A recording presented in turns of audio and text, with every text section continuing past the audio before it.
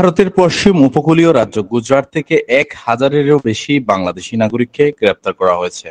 শুক্রবার রাতভর রাজ্যের আহমেদাবাদ ও সুরাটে যৌথ বাহিনীর অভিযানে ওই বাংলাদেশিরা গ্রেপ্তার হয়েছেন।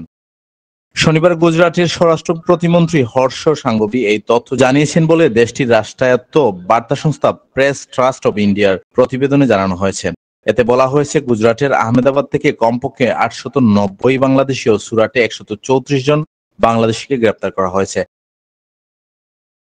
অবৈধ অভিবাসীদের বিরুদ্ধে গুজরাটে এখন পর্যন্ত এটি বৃহত্তম অভিযান বলে মন্তব্য করেছেন মন্ত্রী হর্ষ সাংঘভি। গুজরাটে বসবাসরত অবৈধ অভিবাসীদের পুলিশের কাছে আত্মসমর্পণের নির্দেশ দিয়েছেন তিনি। এই নির্দেশ উপেক্ষা করে রাজ্য অবৈধভাবে বসবাসকারী অভিবাসীদের গ্রেপ্তারের পর নিজ দেশে ফেরত পাঠানো হবে বলে সতর্ক করে দিয়েছেন তিনি। একই সঙ্গে অবৈধ অভিবাসীদের আশ্রয়দাতাদের বিরুদ্ধেও আইনি ব্যবস্থা নেওয়া হবে বলে জানিয়েছেন গুজরাটের এই মন্ত্রী।